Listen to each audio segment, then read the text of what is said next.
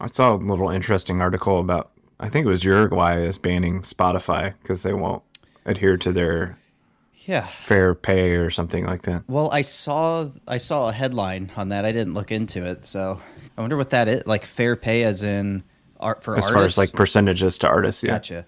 Well, I did see too that like because we mentioned it a couple weeks ago or whatever, but they so not only do you have to have a minimum of 1,000 streams to start getting paid for that track, but there was also categories of songs that were going to be receiving less, and it was like abstract sounds and stuff like outside noise. Stuff people used to sleep. Yeah, and I 'Cause saw probably a repeat. yeah, I saw that's going to be that's going to receive 80% less in revenue. That's a big deal. Especially for people who, are used to that revenue coming in, because I'm sure that's a popular category on the platform. I just sleep to YouTube. I was talking to my sister this weekend. She does the same thing. Yeah, usually play old Opie and Anthony stuff, and then I'll fall asleep. Oh, nice. See, if I did that, I feel like I would just be paying attention. This like people listen to podcasts and stuff to fall asleep. I can't do that. I'll just be listening. All right, let's come in. All right. Okay, sounds good. Oh, that was good. All right. Oh, it's fucking wet. It was. All right.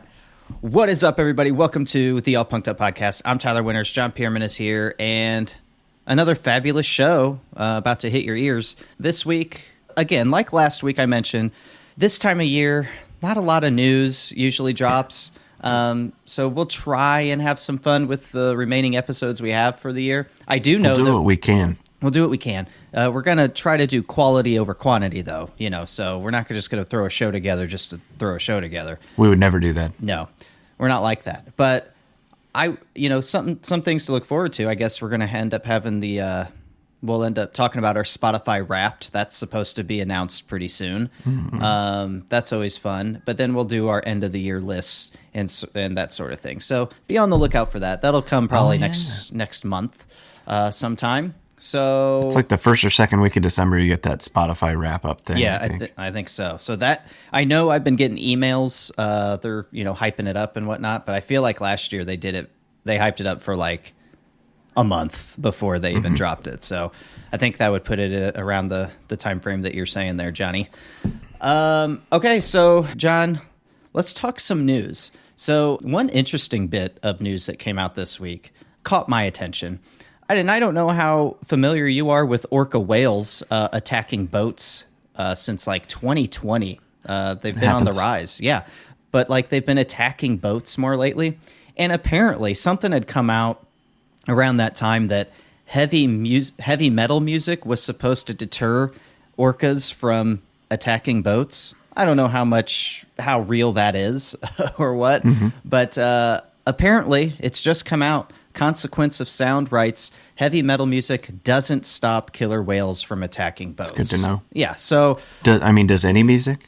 Well, here's the thing, and I read this article because again it piqued my interest, but apparently a captain detailed an experience in which he and his crew tried to fend off whales with metal music. And this is coming from Consequence of Sound. This is what they write. He told the New York Times that they blasted a Spotify playlist called Metal for Orcas underwater, but ended up getting pummeled by the large sea beasts who damaged the boat's rudder, knocking it out of commission. Fortunately... Possible they were slam dancing. Maybe they were just getting into it. Slam dancing. Circle it up, boys. It's an orca-type mosh pit, heavy, head banging. Maybe that's all it is. It does go on to say, fortunately, everyone in the crew was rescued, and the boat was eventually towed back to shore in Spain, and nobody was injured. But apparently, it goes on to say, the Metal for Orcas playlist is no joke, featuring songs by extreme bands like Dying Fetus, Aborted, and Abominable Putridity. Putridity? Anyways, yet it was no match for the Killer Whales. Also, I think the Killer Whales is a better metal name than absolutely whatever those were. Absolutely. I guess Business Insider followed up the New York Times article saying that a marine mammal research unit director at the University of British Columbia said, initially, the playing of loud sounds underwater might mask the signature sounds of sailboats. That would make sense. But ultimately, the whales would catch on and use it to more easily locate vessels playing it. He continued, the biggest problem with blasting music underwater of any kind is that it is ultimately just adding more noise pollution to the ocean, which can have detrimental effects on other marine life. That also makes sense. And from what I know, whales and dolphins, marine life, they're very curious animals. So they're going to want to check out, not only are they going to be interested in the boats, find out what those are, but if sound is coming from them, some type of music is coming from them, that's just going to make them all the more curious, I would think. It does say orca attacks have been taking place regularly since 2020. No humans have been killed in any of these incidences. That's good. According to experts quoted earlier this year by The Guardian, the orcas may simply be trying to play with the boats. Well, they should hang pictures of a beach underneath the boat. You think so? And that will deter the whales from coming near the boat. They won't want to beach themselves. Right. No, because obviously they need the water to breathe. Yeah, they don't want to be there. That's a good idea. Sandbags? You think what? Sandbags? Yeah, if they know it's sand. Oh, right. Yeah. I get you. That's a good idea. Other drying agent. I don't know. Yeah, I'm sure their eyesight is impeccable. So maybe that's. It seems like they don't have very good, upfront vision. Just feel like their eyes are kind of maybe toward the side. I don't know whales. I don't know whales either. But I guess the moral of the story is don't go playing loud music in the ocean, people. Well, I mean, it's really territorial invasion. Yeah, and we're in their domicile. Yeah, and I just wouldn't mess with killer whales. I would, dude. Being at sea, like deep at sea, sounds like the scariest place to ever be. So there's nowhere to go. Yeah, there's nowhere to go, and you're in their territory. You don't know what's below you, hardly ever. Have you been to the ocean? Yes. Okay. Well, the Gulf, yeah. So yeah, that's usually where we go too. But there's times we've hung out at high-rise condos before, and like you could just look out onto the beach, and you could see like stingrays just floating around people, and the people have no idea that they're around. So just imagine, and stingrays are, I mean, I know they've killed people before, but that's very rare. But like that could happen with like a shark. You have no idea what's out there, and it's scary to think that I have most likely been one of those people, being surrounded by some type of marine life out there, and just had no idea. Been out in the woods and not knowing something was around you too, though. That's true. But I feel like or on public transit. That's and true. Somebody with like bodies in their apartment was Very around true. you and you didn't know it. Very true. I just heard or read this story. I think I was on Reddit, and somebody asked the question like, "What's one of the most unique unsolved mysteries of the world?" And people were just sharing stuff that they knew. And somebody said something along the lines of this guy, like their dad or uncle or whatever, would go to the bar and they would be talking to this guy, real nice guy, and they'd talk like every week for weeks. And one day this guy just stopped showing up, and the cops came to the bar and asked people like, "Hey, do you know who this person is?" Blah, blah, blah. Come to find out, they asked the uncle or dad, they're like, "Hey, do you know so-and-so?" And they're like, "Yeah, I've been talking to him all week." For weeks on end. Seems like a really nice guy. Apparently, he was a serial killer who had killed many, many people. So that guy could have been a victim at some point. So maybe it wasn't his type. Probably not, but they usually have a type. But isn't that wild? Just like sitting down, shooting the shit, and the guy's killed multiple people. You're right, though. You never know who you're talking to or who's around you. You really don't.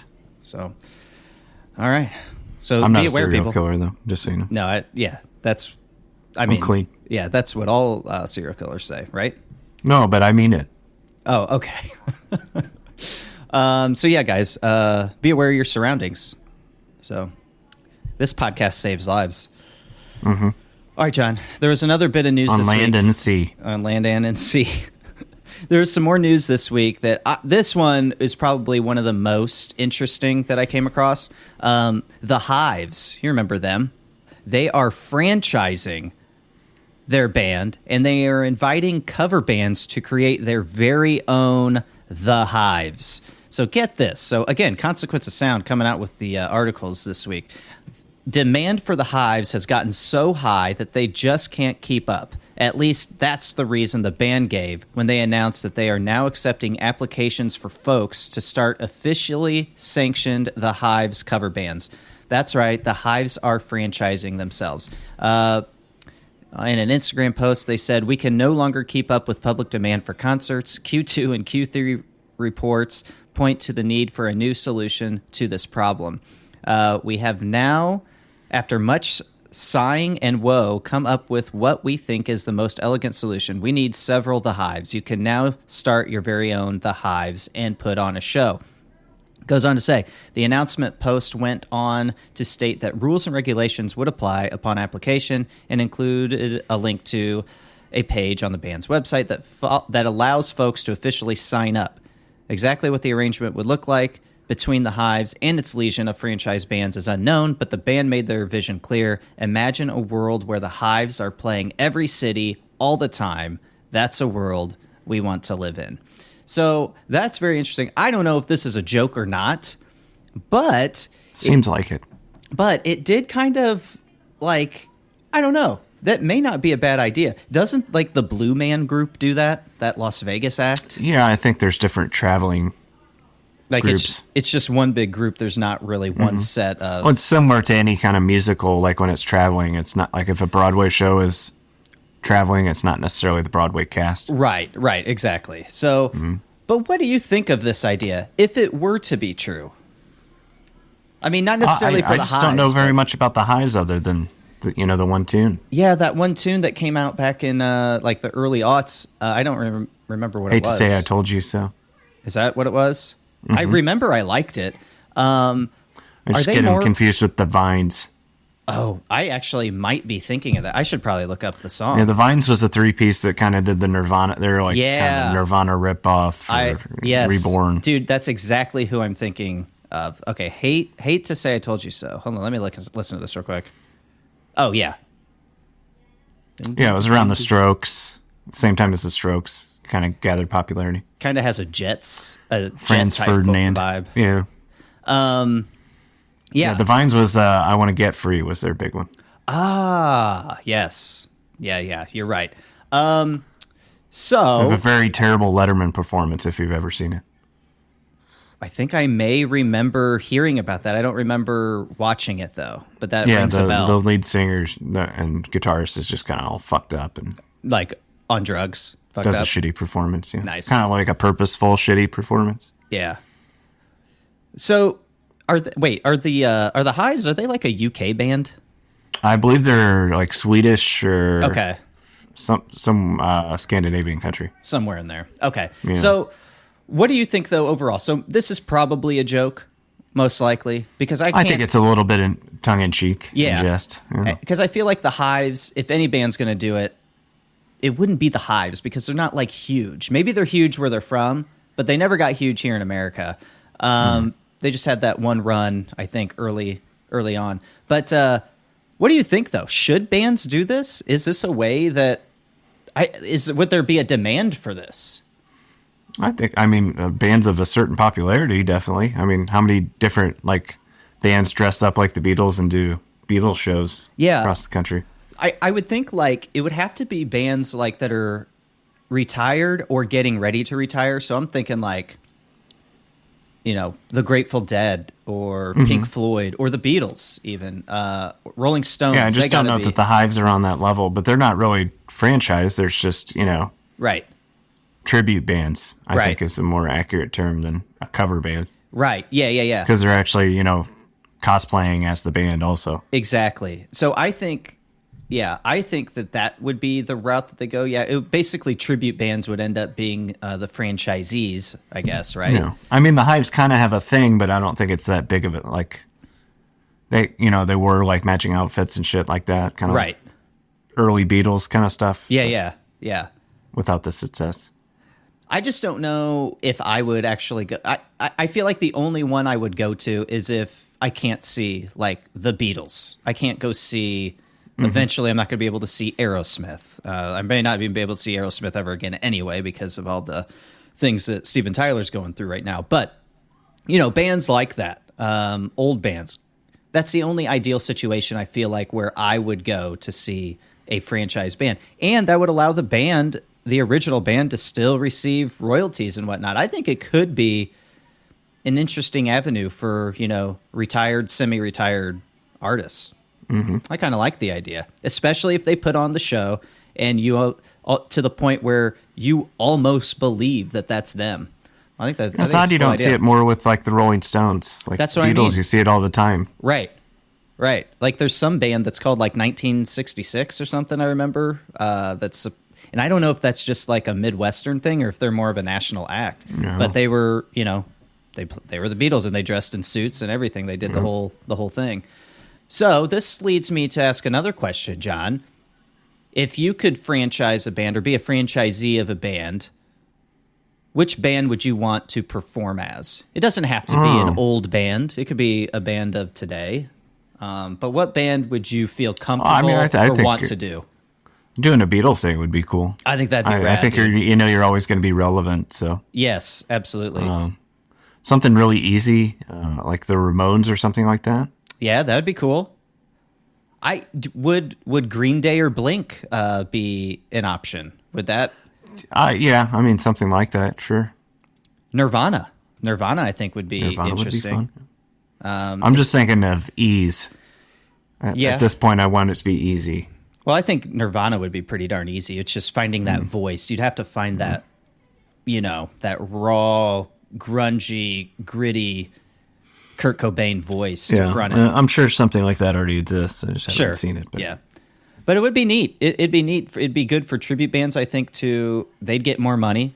And, the Nirvanas and the Beatles, they'd be able to, just another avenue for revenue. I think it's kind of an interesting concept. My parents saw Doors, the Doors kind of tribute band. Yeah, and they took some video. It was actually pretty good. That's awesome. Yeah, I can definitely see an avenue for this. Oh, there's all sorts. Yeah. Pink Floyd definitely has several. Yeah, I think Pink Floyd would be great. Locally, there's a Grateful Dead one. I think a lot of them don't do the they don't try to dress up and act as if they are the band. They just, that's just strictly what they play. Right. But I feel like this would be this would also, because, like holograms and stuff were kind of the rage. I don't know if they are nowadays, but this could be something to kind of replace that. I don't know, because I'd rather see real people, real music being played. But yeah, I just wonder if this story is kind of a way just to create some buzz. Yeah, I think they got to have something coming up. Let's see what else this article says. Up next, the band's tour is gearing up to head to Latin America. So they're getting ready to tour. They'll head back to the UK for another string of shows. We'll close out the summer by opening shows for the Foo Fighters and Green Day on respective tours. That's cool. I didn't know they were going to be doing that. Nice, right on. So yeah, they've got some things in the works, which I think this is, props to them, doing something different, media-wise or marketing-wise. But man, it could be a good idea for other bands to consider, especially, legacy-type acts. I long for the days that artists just used to embarrass themselves publicly to get the buzz going. Yeah, right. Like when Fergie peed her pants. Right. What are some other ones? The Britney Spears umbrella thing. Oh, the nip slip from Janet Jackson. That was definitely planned. That was one of like the first viral moments that I can kind of remember, other than 9/11. Not necessarily embarrassing, but remember the Tattoo group, the lesbian duo. You had your Britney Spears Madonna thing too. Yep. That was a big deal. Dude, apparently Christina Aguilera was in on that too. Like she actually, they just didn't they didn't air it though. Show it, yeah. They just went to Justin Timberlake's reaction to Britney and Madonna. So I think Christina was a little upset. Could have been her moment too. Could have, but are you more Christina or Britney? I don't like either of them. Well, if you had to pick, like if you had to marry one, probably Christina. Yeah, me too. She's held up a little bit better. She has. No offense. No offense. Britney's, she was in the limelight a little longer, a little heavier, and sounds like her family's a piece of shit. So that all has its takes its toll. I saw somebody said she's built like a surfboard now.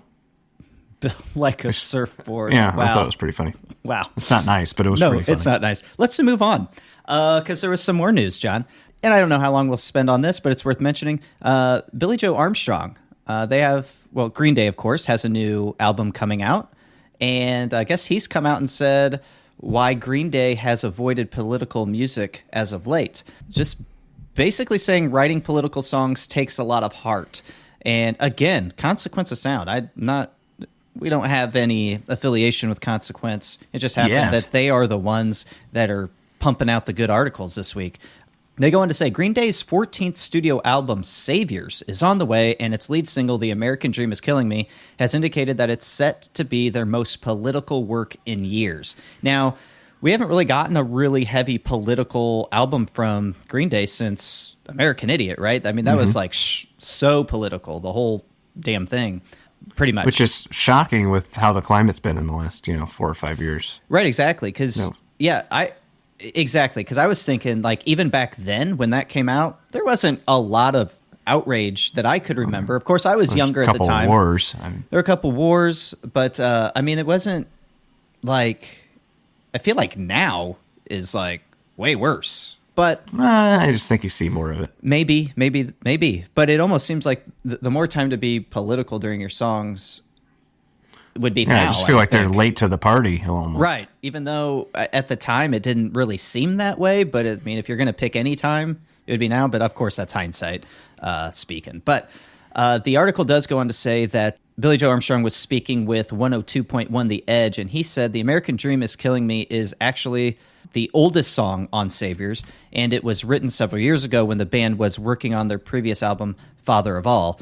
At that time, though, the band didn't feel that the atmosphere was right to release political music and elected to hold the song until they could include it in a project that felt more appropriate. He says, for Father of All, we didn't want to go political because it was so obvious and it was such low-hanging fruit because we had such terrible politics and terrible division in the United States. Armstrong said, before reflecting on the band's work following their seminal 2004 album, American Idiot, we got away from the politics for a while. We just didn't want to be, another pundit on CNN finger-pointing. To that end, Armstrong explained that in order for political music to work right, it should be coming from the right place. Totally agree. He says, with political songs, it takes a lot of heart to do that. And I think if you keep doing it for the sake of doing it, it just becomes you're angry, then you take the heart out of it. Then it just becomes part of what everyone is complaining about.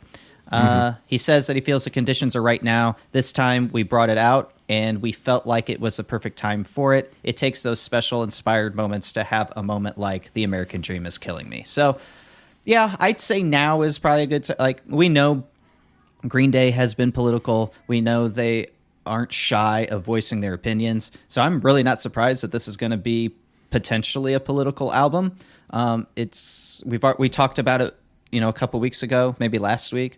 The album sounds like it's going to be kind of thematic like American Idiot was. So I don't know. What are your thoughts, John? I know because we've had talks about Green Day and their politics or political songs in the past. You weren't really a fan of that. So I don't know. What does this make you think of for the next album if we are in fact going to get more political? Well, I think they have to be leery of alienating some portion of the audience either way. Yes, I agree.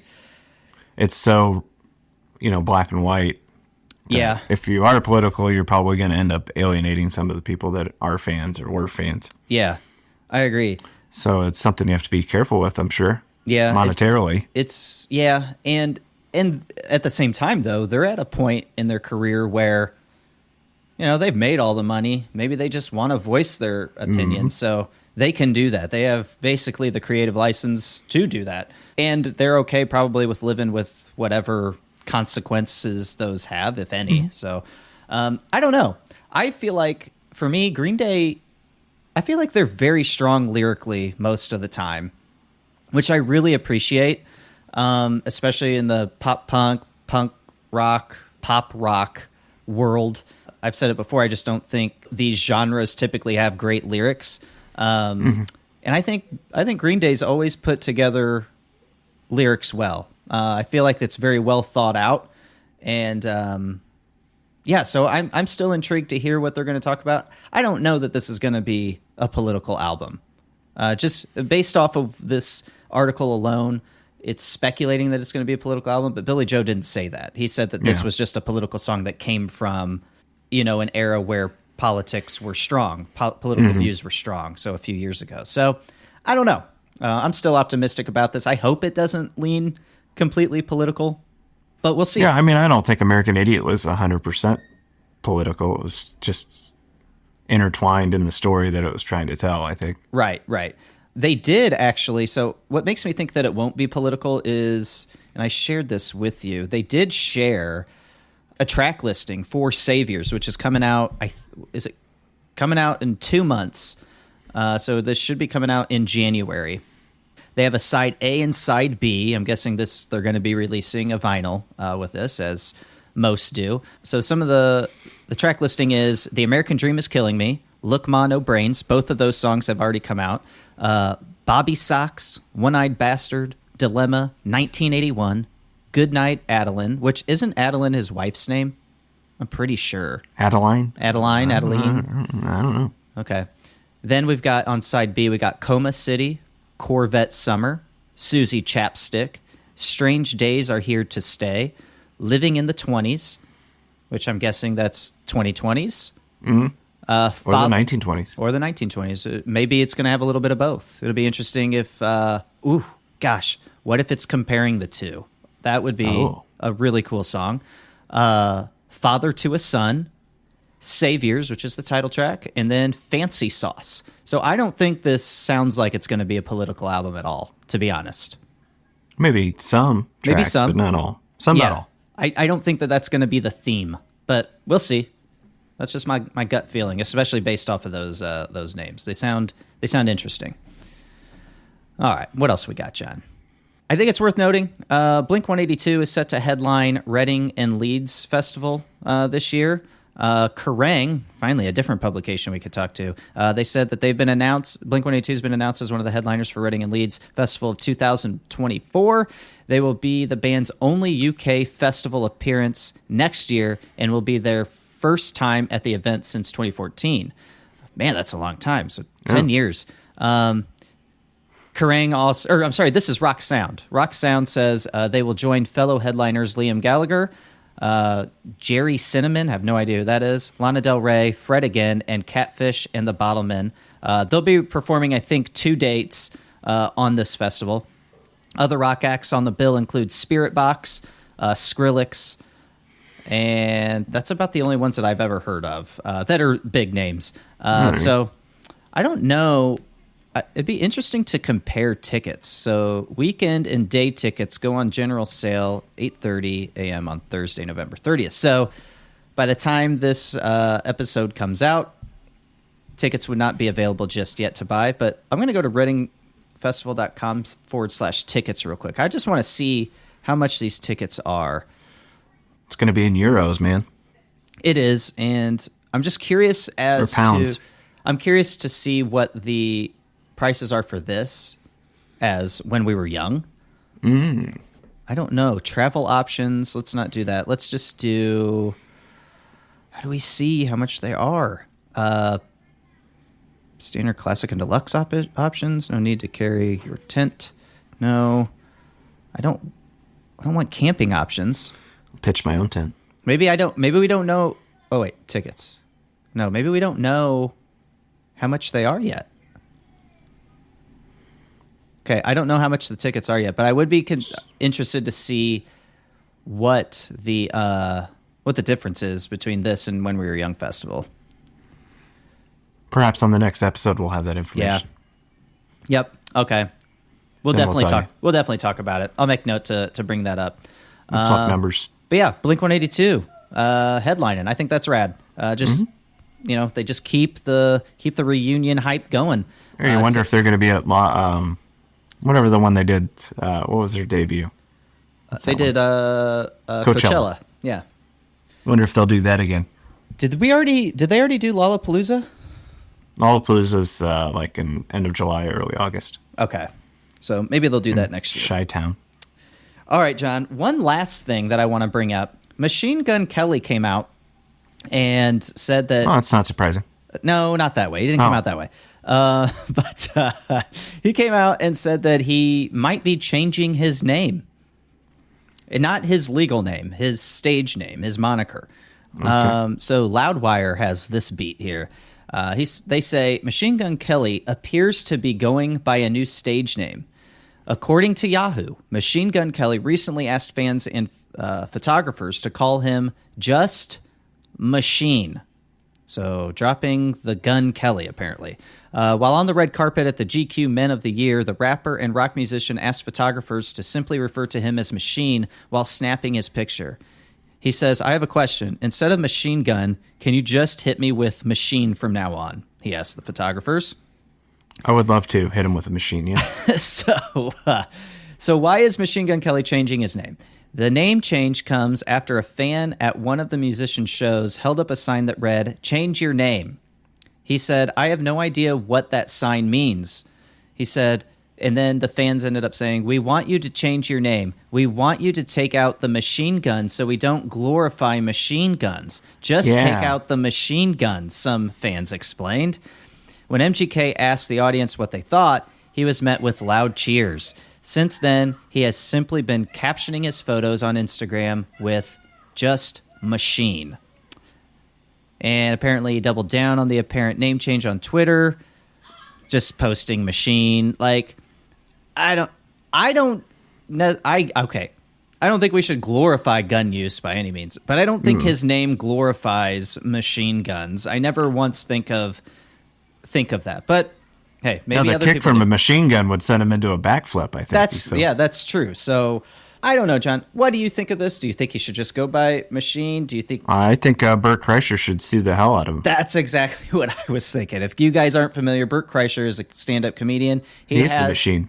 He has his go-to joke. The joke that he's known for is an anecdote. Yeah. It's him explaining this time where he went on a Russian trip with his Russian language class. So they actually go to Russia. He ends up joining the mob of Russia and ends up being called the Machine. So that's his go-to joke that he tells. Everybody loves it. If you haven't heard it, you should look it up. It's hilarious. But he also made a movie around it on Netflix called The Machine, which I think was pretty good, by the way. Haven't seen it yet. I thought you said you watched it. I said I was going to. I just never did. You'll like it. It's good. And surprisingly, Bert Kreischer is a really great actor. I could see him doing, funny movies from here on out. Like he did really well. He could do somber. Yeah, he did great. I mean, and it's him. I mean, he's being him, so it's probably easy for him. But I mean, acting on point for sure. But yeah, obviously Bert Kreischer has something to say about this, I'm sure. But I don't know. I thought maybe, John, because I can't come up with any good names for him, but maybe ChatGPT can. So I'm going to pull up ChatGPT, and we're going to ask, what should Machine Gun Kelly change his name to? Mm-hmm. I'm going to say, Machine Gun Kelly wants to change his name, his stage name. What should he change it to? Should he change it to? Give me 10 examples, 10 ideas. Should I say, okay, we'll try this, and then I'll prompt it to say he doesn't want to glorify machine guns, and we'll see what it gives us. I like to threaten the AI when I'm using it. That way I'm still exerting my power over it. So I'll usually throw an or else in. Okay. Yeah, that's probably a good idea. But I'm not going to do that here. I don't want to get on its bad side. Give me this or I'll fucking kill you. Okay, so... That's usually what I'll type in. Okay, so ChatGPT has responded. I'm not sure how good these are. We're doing this real time right now. He says, Sure, Machine Gun Kelly might want a name that reflects a new image or direction. Here are 10 ideas. Here we go. Oh, God, these are not very good. I want to hear. Sonic Renegade. Nice. Rebel Rhythm. Oh, I love it. Maverick Beats. Bulletproof Serenade, Firestorm Melody, Revolver Pulse, Riot Verse, Blitz Groove, Outlaw Anthem, and War Cry Cadence. What do you think about these suggestions, it asks? I don't like those. Do you like any of those? No. Simply no. Yeah. I don't... How else can I ask this to... Those sound like album title names for They really do. I don't like those. They don't sound like artist names. Give me 10 more. I would just do, what should Machine Gun Kelly change his name to? Okay. Just leave it vague. See what happens. Okay. Let's say that. What should Machine Gun Kelly change his name to? Changing a stage name is a significant decision for an artist, especially one as established as Machine Gun Kelly. If he were to consider a change, he might want something that reflects his personality or it's going to be the same. Or a new phase in his career. Here are a few ideas. Just MGK, initials based, maintaining some continuity. That's good, though. If you just went strictly MGK, I could see that. Ooh, here's one. Colson Rockwell, using his real name, Colson Baker, with a twist. Phoenix Fury. I kind of like that. His name's Colson? Colson, yeah. No wonder I hate him. God, what a name. Number 3, Phoenix Fury. That sounds like a wrestler's name. Mm-hmm. I can get behind that. He should go with like Magnetic, but with a K at the end, and then he's still got the MG and the K. So what? Magnetic with a K at the end. Ooh. Okay, I like that. Magnetic. That's cool. I can see that. I can see him actually liking that because he feels like he attracts a lot of people, you know, like a magnet does, pulls people in. Yeah. All right, there number 4 is Rebel Echo. And then Riot Rhythm again. Wasn't that another one? Oh, Rebel Rhythm was another one, but this one's Riot Rhythm. Renegade Rhyme. A lot of alliteration. Yeah, Blaze Maverick, Gunner Blaze. I could see that. Gunner These Blaze. are all American gladiators. Maverick Sonnet, and then Thundervox. Okay, so ChatGPT didn't really do very well. Colson Rockwell's probably the coolest. Colson? Colson Rockwell. Anyways, ChatGPT needs some help. I would be curious, though, guys, if you listen to us on Spotify, you can actually comment on podcast episodes. So you should comment and let us know what you think MGK should change his name to, because I want to know the listeners' universally hated first names, because I have some that I universally hate no matter what. Okay, so when, you know... Colson now is one of them. When submitting your ideas for a new MGK name, also submit names that you absolutely can't stand. Human names that you absolutely can't stand. Tanner. Colson, definitely. I'm trying to think of like anything from the Hills or Laguna Beach. Oh, yeah. You know, those names. That's but definitely Tanner. Yeah, for sure. For sure. If you've ever met a Tanner you liked, you're lying to yourself. That's true. Yeah.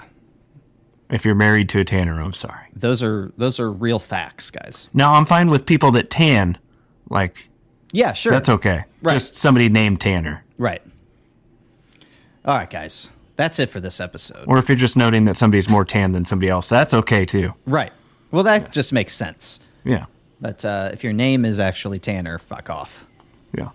Go back to 1990. Yeah. All right. So, John, I'm going to go ahead and close it out. Or do you want to close this one out? You haven't closed one out in a while. No, it's not a special episode. I don't need to. I don't close out special bonus episodes. Yeah, I don't know that they really ever are bonus anymore. They are. Okay. All right. I'll close it out. All right, guys. Thanks so much for tuning in. Don't forget to mention the store. Yeah, I should have mentioned that at the beginning. Guys, we do have a merch store now, shop.allpunkedup.com. We have a bunch of new designs. We have one shirt that is, you only have until November 30th to get. It basically says all the fall things on it. It's, it's for fall. You get it. And then it also says, or whatever that one band said. You guys understand what that means. You know what we're doing there. Anyways, it's only available till November 30th. So if you could, and you're interested, go check it out. purchase it. It really does help support us. We also have other designs in there. It's me. Hi, I'm the emo. It's me. It's a Taylor Swift reference, but it's got the emo vibe to it. So any emo/Taylor Swift fan would dig it. What else did I release? There's a new one. Oh, we have Tom Was Right shirts. About the aliens exist. We got a couple versions of those. Get those while they're hot. And then we got a couple Christmas ones out there. Happy Holidays, You Bastard, which any Blink fan knows what that means. So Blink reference. Those are only available. The Christmas ones are only available till December 8th. So get those while they're hot.